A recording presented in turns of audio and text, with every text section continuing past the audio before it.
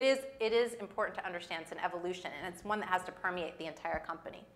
And at the end of the day, what is right is in the eye, again, of the beholder for your own company.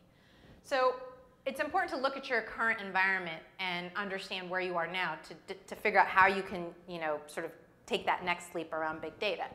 And before we go forward, I just wanted to make sure that, how I think about these things is kind of how this conversation is going. So to me, data is the activity that's being tracked, right?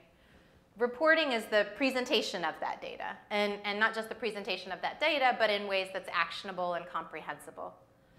And analytics is that smart interpretation of the data that allows you, again, to make measurable improvements in your own offering.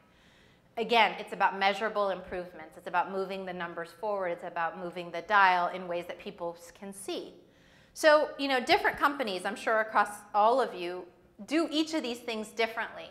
And I do say there's a beauty to some of this. There's a real sort of, I think for some of you, if you're in this room, you might find a certain sense of beauty about well-presented data, well-presented findings, numbers that are driven forward based on good thinking.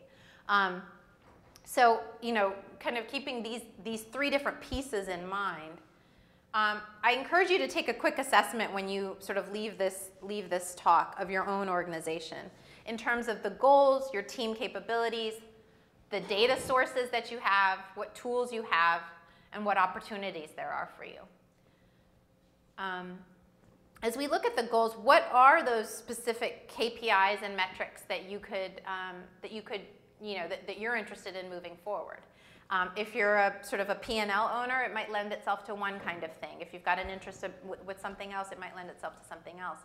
But it's really important you sort of hone in on a couple of specific metrics